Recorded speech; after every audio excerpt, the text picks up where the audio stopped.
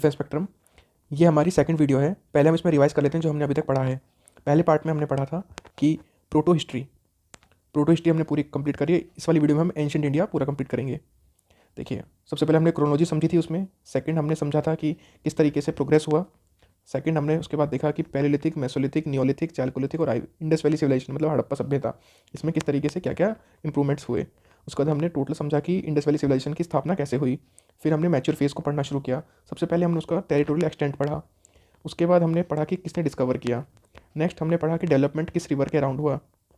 फिर हमने स्कल्पचर पूरा रिवाइज किया, ब्रॉन्ज और टेराकोटा के बारे में, लॉस्ट वैक्स टेक्निक के बारे में हमने पढ़ा। हमने पॉटरी के बारे में पढ़ा। फिर हमने सरप्लस होने की वजह से किस तरीके से ग्रैंडरीज बनाई और कहाँ बनाई ये हमने पढ़ा। फिर हमने बीड मेकिंग इंडस्ट्री कहाँ थी ये पढ़ा। ऑर्नामेंट्स बनाते थे वो, कॉस्मेटिक्स वो कौन कौन से यूज़ करते थे और वो उनके क्या फॉर्मूलेज होते हैं और क्या क्या उनके यूजेस हैं वो पढ़े। फिर हमने उनकी सील्स के बारे में पढ़ा, उनका साइज़ क्या होता था, किस चीज़ के बने हुए होते थे और पर्पस पढ़ा उनका। फिर हमने पढ़ा उनकी लैंग्वेज, जो जिस तरीके से लिखते थे उसको बोलते हैं पोस्टेफेडॉन, राइट टू लेफ्ट लिखते थे, इस तरीके से चलते जाते थे। फिर हमने पढ़ा टाउन प्लानिंग के बारे में। नेक्स्ट हमने पढ़ा सिटी पैटर्न कैसा था, उनका सेक्टोरल पैटर्न था। नेक्स्ट हमने पढ़ा ग्रेट बाथ ऑफ मोहनजोदड़ो और हमने पढ़ा तुम्हारा ये बर्न्ड ब्रिक से बनाते थे। और नेक्स्ट लास्ट हमने पढ़ा कि कौन कौन से एनिमल्स मिलते थे। देखिए फ्रेंड्स, मैं चाहता हूँ आप एक किसी बुक से एक बार ये लिस्ट पढ़ लीजिए कि कहाँ पर क्या चीज़ मिली, वो आपको पूरी लिस्ट आप लोग याद कर लीजिए, ठीक है। तो फ्रेंड चलते हैं। देखिए फ्रेंड, ये क्रैश कोर्स है, इसमें मैं आपको कॉन्सेप्ट्स और लिंकेजेस पूरा समझा दूंगा। जितना अच्छे तरीके से आपने आज तक हिस्ट्री को ना समझना होता है, इतिहास जो होता है समझने की चीज़ होती है, समझने की, रटा नहीं जाता है, उसको समझना पड़ता है। रटा देखो, अगर आपको कॉन्सेप्ट्स क्लियर है ना, अगर आपको जानकारी है चीज़ों की, तो चीज़ें बहुत जल्दी क्लियर हो जाएंगी। तो फ्रेंड्स अभी हम नेक्स्ट स्टार्ट करते हैं ancient India. Ancient India friends ऐसे कराया जाएगा ना, आपको एकदम समझ में आ जाएगा, अच्छा अच्छा ऐसे ऐसे हुआ था भाई। देखिए friends, ancient India is the story of two urbanisation, first urbanisation plus second urbanisation. हम उसको बहुत ही अच्छे तरीके से समझेंगे कि वो किस तरीके से प्रोग्रेस हुआ। तो देखिए फ्रेंड्स, एंशिएंट इंडिया जो है, एंशिएंट इंडिया, आप इस ग्राफ को याद कर लीजिए, पूरी एंशिएंट इंडिया आपको याद हो जाएगी। देखिए, सबसे पहले क्या हुआ था एंशिएंट इंडिया में, सबसे पहले जो आए वो आया ऋग्वैदिक पीरियड, ऋग्वैदिक पीरियड। उसके बाद आया लेटर वैदिक पीरियड। फिर आए 6th century BC, 6th century BC। उसके बाद मौर्यन एम्पायर, मौर्यन एम्पायर। उसके बाद पोस्ट मौर्यन एम्पायर, यहाँ पे पीक पे पहुँच गया था, बट उसके बाद ही डिक्लाइनमेंट शुरू हुआ। फिर आया Gupta period, Gupta period. Gupta period के बाद आया पोस्ट गुप्ता पीरियड, और पोस्ट गुप्ता पीरियड के बाद आया आपका राजपूत पीरियड। अगर आप यहाँ से देखें तो अगर मैं आपको स्टार्टिंग करूँ तो सबसे पहले ऋग्वैदिक पीरियड। देखिए ऋग्वैदिक पीरियड के टाइम, हम इसको समझाने के लिए नेक्स्ट पेज पे चलते हैं। तो देखिए फ्रेंड्स, हुआ क्या था, हम यहाँ पे दो टेबल बनाएंगे, सबसे पहले ऋग्वैदिक की और यहाँ पर लेटर वैदिक की, लेटर वैदिक। सबसे पहले हम देखेंगे इकोनॉमी के बारे में। सारा खेल जो है ना इकोनॉमी से शुरू होता है। The entire game of a life starts with economy. चाहे वो कोई भी साम्राज्य हो, उसकी इकोनॉमी कैसी होती है। तो यहाँ पर जो इकोनॉमी थी ऋग्वैदिक टाइम में, वो सबसिस्टेंस इकोनॉमी थी। Subsistence, subsistence economy. Subsistence economy का दूसरा नाम होता है पेस्टोरल इकोनॉमी। और ऋग्वैदिक पीरियड के और लेटर वैदिक के बीच में एक आता है 1000 BC। यहाँ पे कुछ ऐसा हुआ जिसकी वजह से ये लोग पेस्टोरल से एग्रीकल्चरल इकोनॉमी में चेंज हो गए। एग्रीकल्चरल इकोनॉमी मतलब अभी लोग खेती बाड़ी करने लग गए। क्या हुआ था ऐसा, बहुत तकड़ी चीज़ हुई, इसको तो मतलब अपने दिमाग में फिक्स कर लो, डिस्कवरी ऑफ आयरन। सोचो जब आयरन डिस्कवर होगा तो क्या होगा, लोग फॉरेस्ट को क्लियर करने लगेंगे, जहाँ जहाँ जंगल थे सारे जंगल काटने लग गए। उनके पास ज़मीन को प्लो करने के लिए उनके पास क्या आ गया, एक्स आ गया, हल वल, उन्होंने सब कुछ बनाना शुरू कर दिया। इस वजह से क्या हुआ, अब वो लोग एग्रीकल्चर शुरू करने लग गए। तो कभी भी एग्जाम में क्वेश्चन आता है कि ऋग्वेदी में पेस्टोरल इकोनॉमी थी, वो किस तरीके से एग्रीकल्चर इकोनॉमी में कन्वर्ट हुए लेटर वैदिक पीरियड में। तो आपको ये डिफरेंस याद रखना है कि 1000 BC में आयरन का डिस्कवरी हो गई थी, ठीक है। चलूँ आगे, ठीक है चलते हैं। तो नेक्स्ट देखिए पॉलिटी, पॉलिटी। अब देखिए जो पेस्टोरल इकोनॉमी है ना, ये दो एनिमल्स के ऊपर डिपेंड करती है। किसके ऊपर, दो एनिमल्स। पहला एनिमल है काओ और दूसरा है हॉर्स। आपको पता है हर चीज़ यहाँ पर काओ पे डिपेंड करती थी, क्योंकि काओ बहुत ही इंपॉर्टेंट थी यहाँ पर। आपको पता है अगर सऊदी अरबिया में युद्ध होगा या वार होगा तो किसके ऊपर होगा, पेट्रोल के ऊपर। पेट्रोल के ऊपर, तो वहाँ के वॉर को बोलते हैं पेट्रो वॉर। क्या बोलते हैं? Petro war. इसी तरीके से यहाँ पे सब कुछ काऊ के ऊपर डिपेंड था, तो काऊ के लिए यहाँ पे वॉर होते थे, काऊ की सर्च के लिए जाते थे, उसे बोलते थे गाविष्ठी। अगर आपको पूछे ऋग्वैदिक में एक टर्म यूज हुआ था गाविष्ठी, तो वो किस लिए यूज हुआ था? सर्च फॉर काऊ। देखिए हर चीज़ काऊ से रिलेटेड, हर चीज़। रिच पर्सन को क्या बोलते थे? गोमत। जिसके पास सबसे ज़्यादा गाय होंगी वो वहाँ का रिच पर्सन होगा, गोमत। यहाँ पे टाइम के लिए कौन सा वर्ड यूज़ किया गया? गोधुली। गोधुली। वीट के लिए कौन सा वर्ड यूज़ किया गया? गेहूं के लिए गोधन। गोधन। और किंग को क्या बोला जाता था यहाँ पे? गो। देखिए हर चीज़ काऊ से रिलेटेड, हर चीज़। जिस तरीके से सऊदी अरब में पेट्रोल इंपॉर्टेंट है, तो वहाँ क्या होता है? वॉर के लिए पेट्रो वार, तो हर चीज़ पेट्रो से शुरू होता है। और इवन सऊदी अरबिया में जो किंग होता है उसे क्या बोलते हैं? उसे बोलते हैं पेट्रो शेख। उसी तरीके से ऋग्वैदिक के टाइम पे काऊ इतनी इंपॉर्टेंट थी कि हर चीज़ गो से रिलेटेड थी, हर चीज़। गाविष्टी सर्च फॉर काऊ, गोमत रिच पर्सन, गोधुली टाइम के लिए यूज़ होता था, गोधन वीट के लिए, गो किंग के लिए। देखिए आपको ना हर चीज़ जो है एकदम हर तरीके से एकदम कॉन्सेप्ट लेना है, कॉन्सेप्ट। मैं तो ये मानता हूँ कॉन्सेप्ट ही सब कुछ है। और देखिए ये हो गया इकोनॉमी। हॉर्स के लिए क्या था?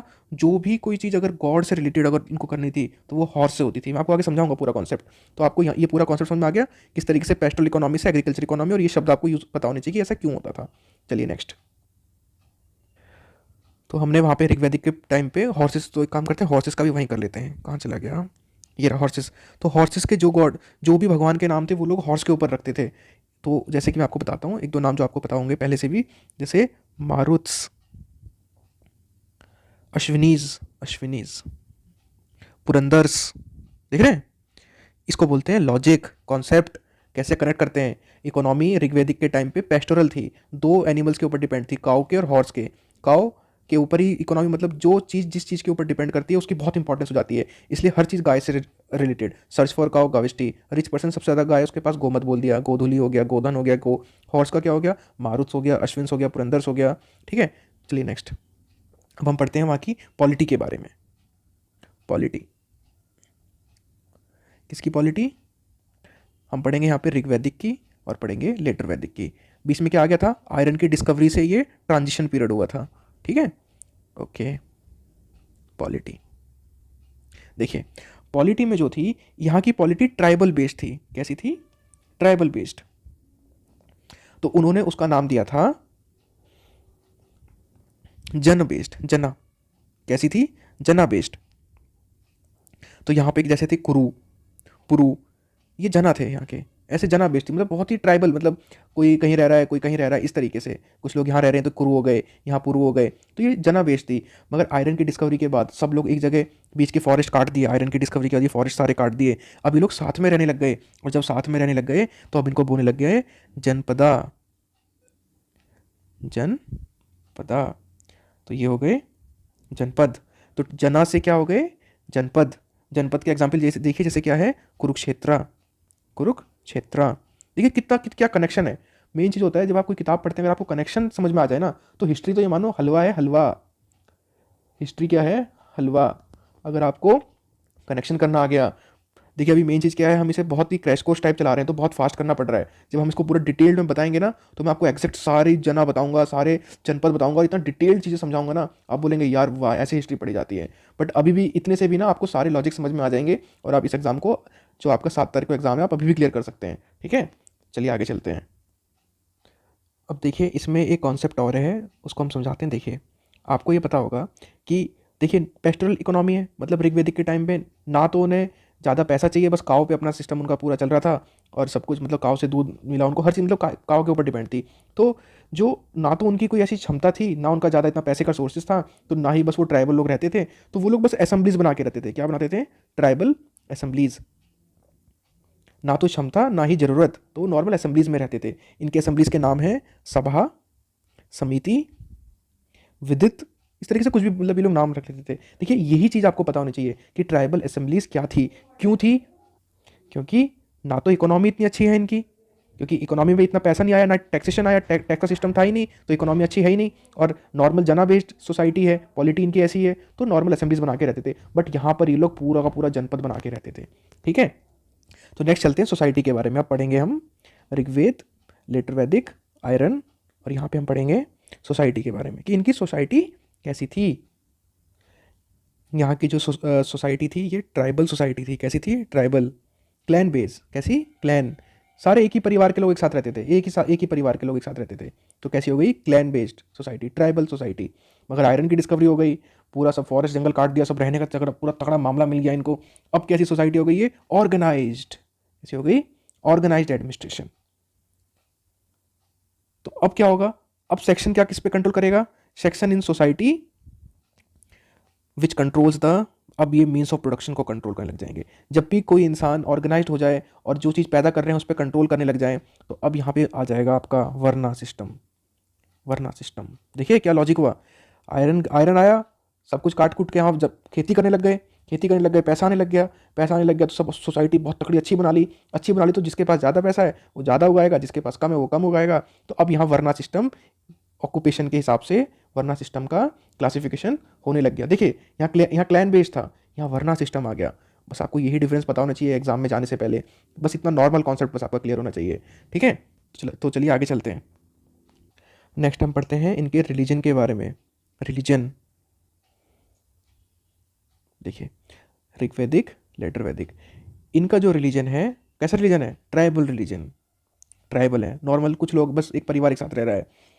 मगर जिस तरीके से अब गॉड आए, इन्होंने गॉड, जैसे हॉर्स के नाम पे इन्होंने गॉड रखा, या गॉड पे इन लोग बिलीव करने लग गए कि यार वो डिस्ट्रॉय कर देंगे अगर हम उनकी पूजा नहीं करेंगे। इस तरीके से इनकी जो धारणाएं बनती गई, तो यहाँ पे जो रिलीजन आ गया, birth of the Brahmanical religion. It is based on, किस पे बेस्ड होता है? Based on rituals, based on rituals. ठीक है, देखिए ऋग्वैदिक और लेटर वैदिक, आपको इतना कॉन्सेप्ट क्लियर हो गया। अब आप एक काम करिए, कोई भी बुक लीजिए, अब जैसे कि जो आपको प्रीवियस ईयर के क्वेश्चंस आपको लेटर वैदिक और ऋग्वैदिक के मिलेंगे, तुरंत प्रीवियस ईयर क्वेश्चन कर लीजिए। कोई भी किताब आपके पास होगी, तुरंत PYQ करिए, आपके सारे कॉन्सेप्ट क्लियर हो जाएंगे उससे। अब ठीक है, चलिए आगे चलते हैं। देखिए अभी हमने ऋग्वैदिक पढ़ा, लेटर वैदिक पढ़ा, अब हम पढ़ेंगे बुद्धिज्म। बुद्ध पीरियड आया। अब देखिए कनेक्शन देखिए, यहाँ पे इकोनॉमी कैसी थी? यहाँ पे इकोनॉमी कैसी थी? हमने आपको पहले बताई थी, यहाँ पे पेस्टोरल थी। आयरन कन्वेंशन हुआ तो कैसी इकोनॉमी हो गई? यहाँ पे इकोनॉमी हो गई आपकी एग्रीकल्चरल इकोनॉमी। बट आगे बढ़ते जब महाजनपद और ये पीरियड जब शुरू हुए, तो यहाँ पर इकोनॉमी कैसी हो गई? Second urbanisation. इस पीरियड को बोलते हैं सेकेंड अर्बनाइजेशन। क्यों? क्योंकि यहाँ पे टेक्निकल डेवलपमेंट होने लग गया। टेक्निकल डेवलपमेंट, एग्रीकल्चर और ज़्यादा समृद्ध हो गया। अलेक्जेंडर ने क्या किया था? नॉर्दर्न पार्ट को सिल्क रूट से कनेक्ट कर दिया, तो पूरा ट्रेड का पार्ट भी हो गया। तो ये सेकंड अर्बनाइजेशन पीरियड हुआ। तो इस वजह से जो यहाँ पे पॉलिटी थी ऋग्वैदिक में, कैसी पॉलिटी थी? ऋग्वैदिक में जना बेस्ड पॉलिटी थी। यहाँ पे कैसी हो गई? जनपद बेस्ड, जनपदा हो गए। और यहाँ पे बहुत सारे जनपदों को मिला के यहाँ आ गए महाजनपद। महाजनपद यहाँ पे सोसाइटी, देखिए क्या कनेक्शन, देखिए आप पहले आपने कमेंट करके बताइए कि आपने आज तक कभी ऐसी हिस्ट्री पढ़ी है कि किस तरीके से, देखिए पेस्टोरल से एग्रीकल्चर कैसे हुआ, कैसे अर्बनाइजेशन हुआ, क्योंकि आयरन आ गया था। जनपद, जना से जनपद, नॉर्मल एक ही परिवार के लोग रह रहे थे, फिर किस तरीके से जनपद बना, फिर 2-3 जनपदों को मिलकर महाजनपद बना। CDS में बहुत क्वेश्चन आता है, ये जनपद है या नहीं है, ये महाजनपद है या नहीं है। देखिए भाई कॉन्सेप्ट सीखिए, रट्टा तो कोई भी करवा देता है, कोई भी अपना उठा के रट्टा लगा लो, मगर कॉन्सेप्ट देखो। यहाँ से सोसाइटी कैसी थी? यहाँ सोसाइटी नॉर्मल एक ही साथ जो लोग रहते थे, नॉर्मल ट्राइबल सोसाइटी थी, इगैलिटेरियन सोसाइटी थी, ट्राइबल सोसाइटी। ठीक है, यहाँ पे कैसी आई? देखो हमने करवाया ना, यहाँ पे देखो ये कहाँ चला गया, ये रहा, ऑर्गेनाइज्ड हो गई यहाँ पर। तो यहाँ पे आपकी सोसाइटी हो गई ऑर्गेनाइज्ड। मगर यहाँ पे इस पीरियड में आते ही क्या चीज़ हुई? देखिए इस पीरियड में आते ही इक्वल स्टेटस। इक्वल स्टेटस, देखिए बुद्ध और जैनिज्म सारा पीरियड बता रहा हूँ मैं आपको। Equal status to the women को इक्वल स्टेटस मिलने लग गया यहाँ पे, शूद्रास को इक्वल स्टेटस मिलने लग गया। क्यों? क्योंकि रीजन बताइए, यहाँ पे इक्वल शूद्रास को और वुमेन को स्टेटस क्यों इक्वल मिला? देखिए मैं आपको बताता हूँ, मनी की इंपॉर्टेंस देखिए, ये लाइन अपने दिमाग में छाप लो।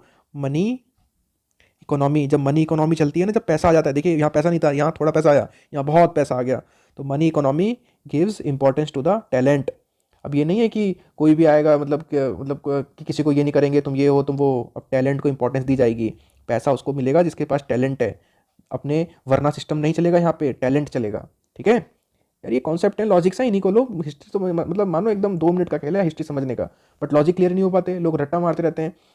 देखिए मेन चीज़ क्या है ना, देखो यार अभी हमको बहुत ही फास्ट पढ़ाना पड़ रहा है, बट देखिए अभी मेरे को आपको बहुत कुछ बताना था इसके अंदर कि ये चीज़ हुई। बट मैं चाहता हूँ कि जैसे कि 1-2 दिन बचे हैं, तो आपको एक जनरल नॉलेज हो, तो आप एग्जाम में जाके फटाक से आप चीज़ों को, अगर कोई क्वेश्चन आपने पढ़ा, समझो देखो यूपीएससी में क्या होता है, 4 ऑप्शन आते हैं, 2 या 3 ऑप्शन है, नीचे पूछेगा 1 2 1 2 3 1 2। तो अगर आपको देखो एक तो फैक्ट पूछ लेगा वो, एक पूछ लेगा लॉजिक। अगर आपको लॉजिक पता है तो आप क्वेश्चन को बहुत आराम से कर सकते हो एलिमिनेशन करके। और जो हमारी चीट कोड की वीडियोज़ हैं, अगर आपने वो देख ली और साथ में थ्योरी वाला पार्ट देख लिया, भाई साहब ये मानो आप सीधा जाके ना यूपीएससी एग्जाम में बैठना और एग्ज़ाम देना, और आपको पता लगेगा हाँ यार कनेक्शन हो रहा है। और नहीं होगा तो जिस दिन पेपर होगा उसके बाद जब हम एनालिसिस करेंगे तब आपको बताएंगे कि किस तरीके से पेपर को अटेम्प्ट करना है। अभी आप चीट कोड वाली वीडियो देख के पहले ही देख लो पेपर कैसे अटेम्प्ट करते हैं, बाद में वरना पछताओगे कि यार तब देख लेना चाहिए था, हाँ यार इस तरीके से पेपर अटेम्प्ट करते हैं। ठीक है, चलिए आगे। बुद्धिज़्म, देखिए बुद्धिज़्म में सबसे पहले गौतम बुद्ध। गौतम बुद्ध जो थे he was the founder of Buddhism. Founder किसके थे? बुद्धिज़्म के। ओरिजिनल नेम क्या था? सिद्धार्थ। कौन से क्लैन से बिलोंग करते थे? साक्य क्लैन, साक्य क्लैन से, इसलिए इनको साक्य मुनि भी बोलते हैं। देखा, ये पढ़ना है आपको कि इन्हें साक्य मुनि क्यों बोलते हैं, क्योंकि साक्य क्लैन से बिलोंग करते थे। इनका जन्म कहाँ हुआ था? लुम्बिनी में। निर्वाणा, निर्वाणा कहाँ मिला इन्हें? निर्वाणा मतलब पता है क्या होता है? निर्वाणा मतलब होता है एनलाइटमेंट, ज्ञान प्राप्त कर लिया, बस सब कुछ मिल गया, सारा ज्ञान मिल गया। अब क्या करना है? ज्ञान मिलने के बाद बस इंपोर्ट करना है। किसको? मतलब सॉरी, मतलब वर्ल्ड को देना है। अब इनको ये अब जो ज्ञान है ये वर्ल्ड को देना है। ज्ञान मिल गया मतलब टोटली, इसको बोलते हैं इंग्लिश में एनलाइटनमेंट। एनलाइटनमेंट। कहाँ मिला था इन्हें निर्वाणा? बोध गया। बोध गया। किस पेड़ के नीचे बैठे थे ये बैठे थे पीपल के पेड़ के नीचे। किसके नीचे? पीपल, पीपल पेड़ के नीचे, पीपल ट्री। पहला उपदेश, पहला फर्स्ट सरमन कहाँ दिया था इन्हें? सरमन ये दिया था इन्होंने सारनाथ में। और एक्सपायर कहाँ हुए थे? He died in Kushinagar. Kushinagar. तो आपको इसमें क्या याद रखना है? इसमें आपको सबसे पहले जो चीज़ याद रखनी है वो ये याद रखना है कि इनका जन्म कहाँ हुआ था? लुम्बिनी। निर्वाणा कहाँ हुआ? बोध गया। पहला सरमन कहाँ दिया? सारनाथ। एस से सरमन, एस से सारनाथ। डाइड खुशीनगर, ऐसे याद रखो। बॉर्न लुम्बिनी, बॉर्न आ रहा है ना, लुम्बिनी, लुम्बिनी। निर्वाणा, निर्वाण एकदम बोध को बोध गया, चल लो, बुद्ध को बोध गया में निर्वाणा मिल गया। और सरमौन, ऐसे सरमौन, ऐसे सारनाथ। और खुशी राइट, खुशीनगर। देखिए ट्रिक से याद करने की। ठीक है, चलिए आगे। अब बुद्ध ने क्या है, बुद्ध की जो लाइफ है ना, बुद्ध की जो लाइफ है, उनकी लाइफ हर चीज़ में एक सिंबल है। उनकी जो बर्थ है वो किसको दिखाता है? लोटस को। मुझे आप कमेंट में बताइए लोटस क्यों? Great renunciation, left his home, जब वो अपने घर को छोड़ के गए थे, ग्रेट रिनाउंसिएशन वो दिखाता है, उसका सिंबल है हॉर्स। निर्वाणा बोध ट्री, मैंने आपको बताया था बोध ट्री। फर्स्ट सरमन जो पहला उपदेश दिया था, धर्म चक्र, धर्म चक्र, व्हील। ठीक है, और डेथ, डेथ दिखाता है स्तूपा को। ठीक है, देखिए याद कर लीजिए इसको। बर्थ लोटस, जब अपने घर से गए ये मान लीजिए हॉर्स, घोड़े पे। निर्वाणा बोध ट्री। फर्स्ट सरमन धर्म चक्र परिवर्तन, धर्म चक्र व्हील। और डेथ स्तूपा। ठीक है, हर चीज़ कुछ ना कुछ दिखाती है। और अगर एग्जाम में क्वेश्चन आ जाए कि 3 जेवल्स ऑफ बुद्ध के जीवन के, बुद्धिज्म के 3 आभूषण क्या है? सबसे पहले आभूषण है बुद्धा, एनलाइटेंड, एनलाइटेंड। धम्मा, जो उनकी टीचिंग है उन्हें बोलते हैं धम्मा। और संघा, मोनेस्टिक ऑर्डर। ठीक है, डिटेल्ड कोर्स में सब कुछ बताया जाएगा, अभी बहुत फास्ट चल रहा है तो आपको बस एकदम नाम पता होने चाहिए बस। ठीक है, चलिए नेक्स्ट। इसमें हम बुद्धिस्ट काउंसिल के बारे में पढ़ेंगे। सबसे पहले हम पढ़ेंगे प्लेस, कहाँ हुई, उनके साल कौन से ईयर में हुई, किंग और चेयरमैन, चेयरमैन कौन था। ठीक है, देखिए ईयर आप पढ़ना चाहे तो पढ़ सकते हैं, वरना आप इसको स्किप भी कर सकते हैं। ठीक है, Buddhist council, first, second, third, fourth. देखिए हम इसको एकदम ट्रिक के साथ पढ़ेंगे। देखिए पहली जो प्लेस है वो है राजगृहा। दूसरी जगह, दूसरी काउंसिल हुई वैशाली में। तीसरी पाटलिपुत्र। और चौथी हुई कुंडलबन। तो इसको याद रखने का तरीका क्या है? आरवी पीके, एक आरवी नाम का बंदा है, आरवी, वो पीके रहता है, पीके, आरवी पीके। राजगृहा, वैशाली, पाटलिपुत्र और कुंडलबन। ईयर आप याद करना चाहते तो कर सकते हैं, नहीं तो आप इतना याद रखिए 483 बीसी में हुई। इसको रेड से लिखते हैं, कंफ्यूजन नहीं होगा फिर। 483 बीसी में ये हुई 383 BC, ये 250 BC, और ये 72 AD। ठीक है, देखिए आप ये याद नहीं करिए, कोई दिक्कत नहीं। अब हम याद करना है किंग। किंग याद करने का तरीका है अक्का अक्का अक्का अक्का अक्का अक्का। ए से कौन हो गए? अजात शत्रु, अजात शत्रु। के से काला अशोका, फिर ए से अशोका और कनिष्का। तो आपको कैसे याद रखना है? अक्का अक्का, तो इसकी ट्रिक हम यहाँ पे ग्रीन से लिखेंगे, अक्का अक्का, RVPK अक्का अक्का। तो आप वहाँ पे अपनी ट्रिक बना लीजिएगा, RVPK अक्का अक्का। अब हम याद करना है चेयरमैन कौन थे, मतलब किसने, उसका प्रेसिडेंट कौन था, प्रेसिडेंट कौन था। ठीक है, एक सेकेंड, प्रेसिडेंट। देखिए प्रेसिडेंट कौन था, इसकी ट्रिक है आपको, पहले हम सबके नाम लिख लेते हैं। पहला नाम है महाकश्यप, महाकश्यप। दूसरा है सबकामी, सबकामी। तीसरा मोगली पुत्रा, और चौथा वासुमिता।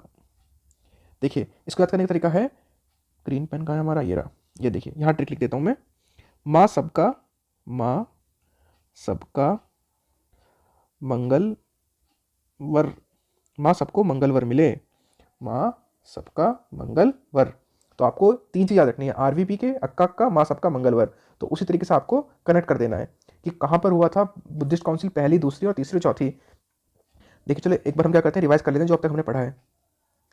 एक सेकेंड, ये देखिए गौतम बुद्ध के बारे में हमने पढ़ा, फाउंडर थे बुद्धिज्म के, सिद्धार्थ नाम था, साक्य क्लैन, साक्य मुनि इसलिए बोला जाता है, और लुम्बिनी में बर्थ हुआ था, निर्वाणा बोध गया, सरमन एस ए सारनाथ, और डाइड हुए खुशीनगर में, खुशी, ऐसे याद रखना है। बर्थ क्या सिंबल करता है, लोटस, हॉर्स, बोध ट्री, ये आपको पता लग गया यहाँ से। 3 जेवल्स हैं बुद्धिज्म के, पता लग गया आपको। प्लेस RVPK अक्का अक्का, माँ सबका मंगलवर। ठीक है, अब हम पढ़ते हैं बुद्धिज्म का क्या हुआ, बाद में बाइफर्केशन हुआ गया, मतलब कि उसकी 2 ब्रांच हो गई बुद्धिज्म की। पहली को बोलते हैं हिनयान, हिनयान, और दूसरी को बोलते हैं महायान। देखिए यान मतलब पता क्या है, इसको ये चाहिए लॉजिक, ये आपको इसको कॉन्सेप्ट बोलता हूँ मैं। यान मतलब हो गया शिप, और हिन मतलब हो गया स्मॉल, महायान मतलब बिग शिप। तो यहाँ पे ऑर्थोडॉक्स, ऑर्थोडॉक्स बातें होती थी, ऑर्थोडॉक्स, यहाँ पे नॉट ऑर्थोडॉक्स, यहाँ ऑर्थोडॉक्स बातें नहीं होती थी। यहाँ पे ना मतलब बुद्ध को जो है, जो भगवान बुद्ध थे, बुद्ध को ये लोग मैन मानते थे, आदमी मानते थे, मगर यहाँ पे बुद्ध को भगवान मानते थे। इतना ही आपको कॉन्सेप्ट याद होना चाहिए। हिनयान में बुद्ध को एक नॉर्मल एक आदमी मानते थे जिसने एनलाइटनमेंट, निर्वाण अटेन कर लिया है, और यहाँ पे मानते थे कि वो एक भगवान है। तो कैसे याद रखना है, महान, महान लोग क्या मानते हैं, भगवान मानते हैं, छोटे लोग उसको, उनको आदमी मानते हैं। ये कहाँ फॉलो होता था, ये श्रीलंका में फॉलो होता था, बर्मा में, और चाइना में ये फॉलो होता है। देखिए ये लॉजिक है, ये समझना है बस, इसके अलावा तो कुछ है ही नहीं भाई, काम कंप्लीट। चलिए आगे। इसके बाद हमको मगध एम्पायर के बारे में पढ़ना है। मगध एम्पायर, मगध। देखिए मगध जो है, बिहार, जो मॉडर्न बिहार है उसको मगध बोलते हैं।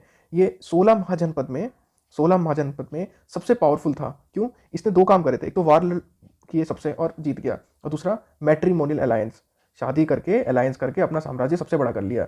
इसके अंदर 6 डायनेस्टीज आई थी, 6, जैसे हरियंका आई थी, शिशुनाग आई थी, नंदा आई थी, मौर्य आई थी, सुंगा आई थी, कन्वा आई थी। आपको सब कुछ पढ़ने की जरूरत नहीं है, हम बस इसमें मौर्य डायनेस्टी के बारे में पढ़ेंगे।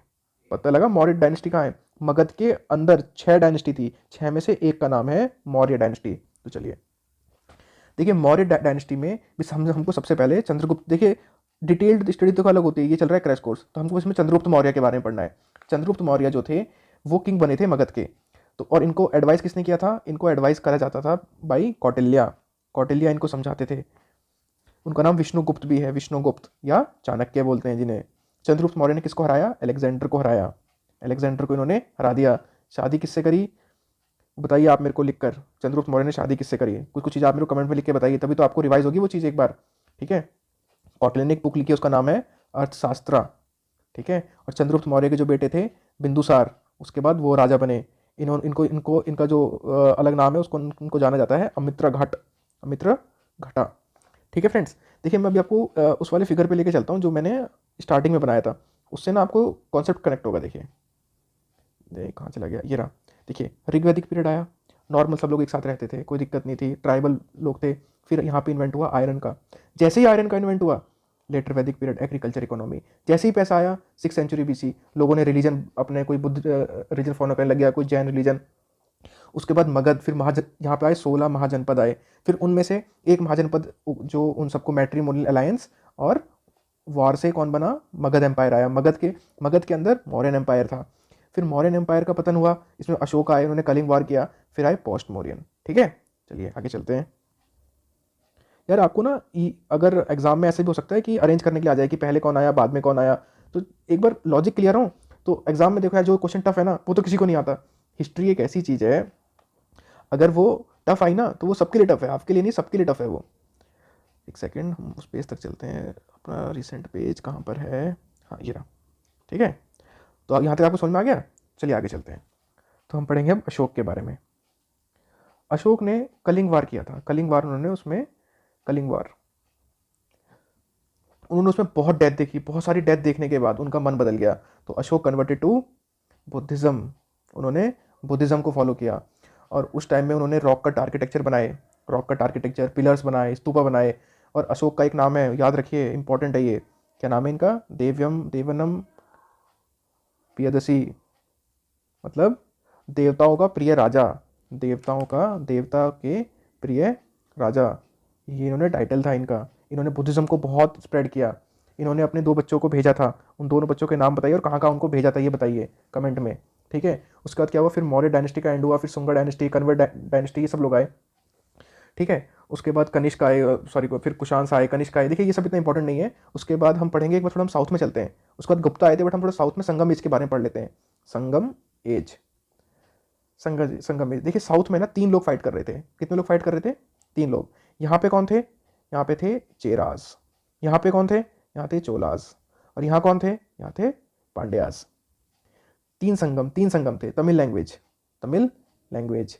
ठीक है, तमिल की ग्रामर बुक है, उसका नाम बहुत इंपॉर्टेंट है, बहुत बार रिपीट होता है एग्जाम में। उसका नाम है टोलक्काप्पियम, देखते हैं, टोलकाप्पियम। तमिल ग्रामर की पहली बुक है ये, पहली बुक। ठीक है, बस आपको इतना पता होना चाहिए, क्योंकि वो ये अरेंज करने के लिए बोल देगा कि चेरा किस तरफ थे, चोला किस तरफ थे, पांड्या किस तरफ थे। बस आपको ये पता होना चाहिए कि किसके कंटेम्प्रेरी ये लोग चल रहे थे, 300 BC से लेकर 300 AD। ठीक है, चलिए आगे। हाँ, तो हम नॉर्थ में थे, तो नॉर्थ में फिर आए गुप्ता एम्पायर। देखिए जो मैंने ग्राफ बनाया था ना, यहाँ पे पोस्ट मौर्य थे, तो पोस्ट मौर्य इतने इंपॉर्टेंट नहीं है, यहाँ फॉरेन इन्वेजन हुआ है बहुत ज़्यादा। तो जो ये वाला पार्ट था, ऋग्वैदिक, लेटर वैदिक, 6th century BC, modern period, ये मनी इकोनॉमी था। यहाँ पैसे का डिपेंडेंस था सारा, मनी, लोगों को बस मनी, मतलब मनी आ गया तो लोगों ने रिलीजन और हर चीज़ बहुत ही डेवलप करे। बट जो ये बाद वाला पार्ट है ना, गुप्ता का पार्ट और राजपूत, इसको बोलते हैं फ्यूडलिज्म। जैसे ये मनी है, वहाँ फ्यूडल लॉर्ड्स आएंगे, जमीन की बात चलेगी। ठीक है, चलिए आगे चलते हैं। तो गुप्ता एम्पायर को गोल्डन एज बोलते हैं। कौन सी एज बोलते हैं, गोल्डन एज। क्यों बोलते हैं गोल्डन एज, क्योंकि इस टाइम बहुत ज़्यादा इन्वेंशंस हुई और बहुत ज़्यादा डिस्कवरीज हुई, साइंस के बारे में बात हुई। दे वर द फॉलोअर ऑफ, किसको फॉलो करते थे, लॉर्ड विष्णु को फॉलो करते थे। ठीक है, किस फॉर्म में, इन विराट फॉर्म। ठीक है, कैपिटल क्या था इनका, पाटलिपुत्रा। ठीक है, और इन्होंने नॉर्थ और ये पूरा, जैसे ये हमारा इंडिया है, तो इन्होंने इंडिया में इस पूरे पार्ट में रूल किया था, नॉर्थ एंड वेस्ट इंडिया में। ठीक है, गुप्ता एम्पायर के फाउंडर कौन है, श्री गुप्ता, और रियल फाउंडर कौन है, चंद्रगुप्ता वन। ठीक है, चंद्रगुप्ता वन। ठीक है, अब मुझे बताइए नेपोलियन ऑफ इंडिया किसको बोलते हैं, समुद्रगुप्ता को, देखिए यार चीज़ों को ना रट्टा तो कोई भी लगवा देगा, मैं यहाँ पूरा इसको लिस्टिंग नहीं करना चाहता, बस मैं आपको कॉन्सेप्ट देना चाहता हूँ कि कैसे मनी इकोनॉमी से फ्यूडलिज्म के ऊपर चीज़ें गई, कि किस तरीके से वो लोग पहले बस मनी के बारे में, कैसे आयरन की डिस्कवरी हुई, कैसे पेस्टल इकोनॉमी से, कैसे एग्रीकल्चर इकोनॉमी, फिर बुद्धिज्म आया, फिर बुद्धिज्म से फिर किस तरीके से हीनयान और महायान में फिर ये लोग सेक्टोरल वो हुआ, डिवीजन हुआ, फिर मौर्यन ने क्या किया, फिर आपका गुप्ता आए, बीच में साउथ इंडिया के बारे में क्या चल रहा था। ठीक है, ये छोटी छोटी चीज़ें ना, ये आपको क्लियर होनी चाहिए। देखो मैं चाहता हूँ गुप्ता एम्पायर गोल्डन एज जो बोला जाता है, तो इसमें ना कुछ बुक्स हैं वो आपको पता होनी चाहिए कि कालिदास ने कौन कौन सी बुक लिखी। कालिदास ने जो बुक लिखी, का नाम है कुमार संभवन। सीधा इसमें क्वेश्चन आ जाता है कि ये बुक किसने लिखी, कुमार संभवन। शकुंतला, मालवी, कग्नि मित्रा। ठीक है, विक्रम उर्वशी और मेघदूत, ये बुक आपको याद होनी ही चाहिए। ठीक है, और आपको पता होना चाहिए कि पंचतंत्र किसने लिखा था, विष्णु शर्मा। ठीक है, तो फ्रेंड्स यहाँ पे हमारा एंशियंट इंडिया का एक कॉन्सेप्ट कोर्स था, ये मान के चलिए कि कॉन्सेप्ट आपको पूरा समझ में आ गया। नेक्स्ट वीडियो में हम मिडिवल कंप्लीट करेंगे, फिर उसके नेक्स्ट में मॉडर्न। देखिए कॉन्सेप्ट पता लग जाएगा ना, कोई भी किताब उठा के देखोगे फैक्ट अपने आप याद हो जाएंगे। कॉन्सेप्ट ही क्लियर नहीं होते तो कहाँ से फैक्ट याद हो जाएंगे यार। ठीक है, कोई दिक्कत की बात नहीं है, सीडीएस में आप आराम से आपका एग्जाम क्लियर हो जाएगा। बस आप हमारी सारी वीडियोस को एक बार आपने देख लिया ना तो भाई साहब कोई दिक्कत ही नहीं होने वाली है। ठीक है।